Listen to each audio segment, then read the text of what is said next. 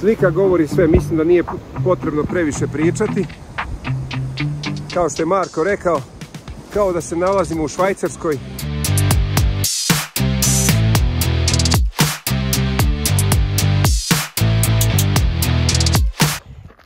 Već smo skoro na 3000 metara. Ja još uvijek sam okre sa disanjem, ne osjećam neki veliki problem sa visinskom bolesti.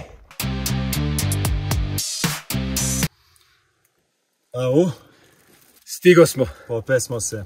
I to pre vremena. Znamo li gde smo? Znamo tačno gde smo planirali, dođemo, tu smo i stigli. Šta su nam rekli? Nam treba 7 sati. Tako je, rekli su nam između 6 i 7 sati, a mi smo stigli za... Tačno za 5 sati. Yeah, it's something with a K. I don't know. Sada u kampu imamo svi zajedničku večer.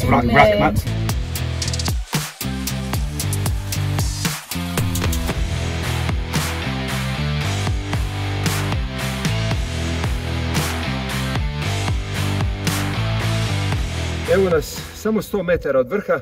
Imam fantastičnu priliku da zalepim nalepnicu prijatelja mog putovanja. MTEL Global.